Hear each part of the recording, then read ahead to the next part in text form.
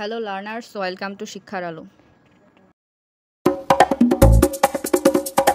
আজকে আমরা শিখব পার্টস অফ স্পিচের খুবই গুরুত্বপূর্ণ একটা বিষয় প্রোনাউন। তোমরা কি জানো প্রোনাউন কাকে বলে?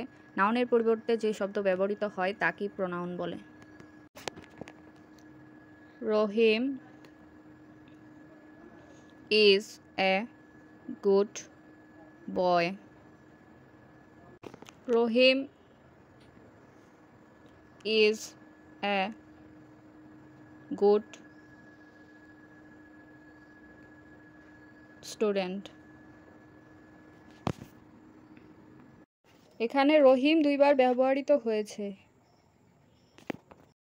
বারবার রহিম ব্যবহার করলে বাক্যের সৌন্দর্য নষ্ট হয়।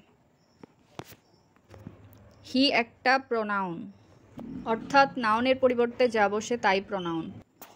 Tina is a good girl.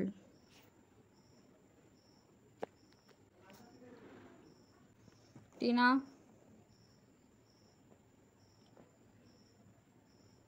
likes a ice cream.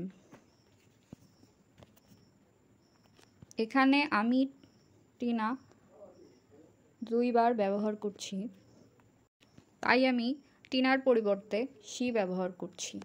যেহেতু টিনা একজন মেয়ে, টিনার পরিবর্তে আমরা শি ব্যবহার করছি। She likes ice cream. টিনা একজন ভালো মেয়ে, সে আইসক্রিম পছন্দ করে। এখানে হি প্রোনাউন, এখানে শি প্রোনাউন। আমাদের কিছু কমন প্রোনাউন আছে, তার মধ্যে I, you, he, she, it, দে। যেমন I, you, he, she, it, দে। এগুলো খুবই কমন প্রোনাউন, এগুলো আমরা সবসময় ব্যবহার করে থাকি। I have a pen. He is my friend. She likes tea. It is my cat. আজকের ক্লাসে আমরা যা শিখলাম, নাউনের পরিবর্তে যে শব্দ ব্যবহৃত হয় তাকে প্রোনাউন বলে।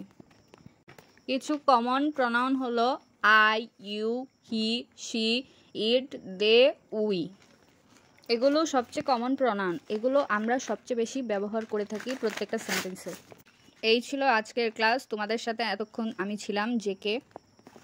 আজকের মতো আমি বিদায় নিচ্ছি। আমি জেকে তোমাদের সাথে আছি। পরবর্তী ক্লাসে আবারও দেখা হবে। ততক্ষণ তোমরা শিক্ষার আলো ছড়াতে থাকো। ভালো থেকো।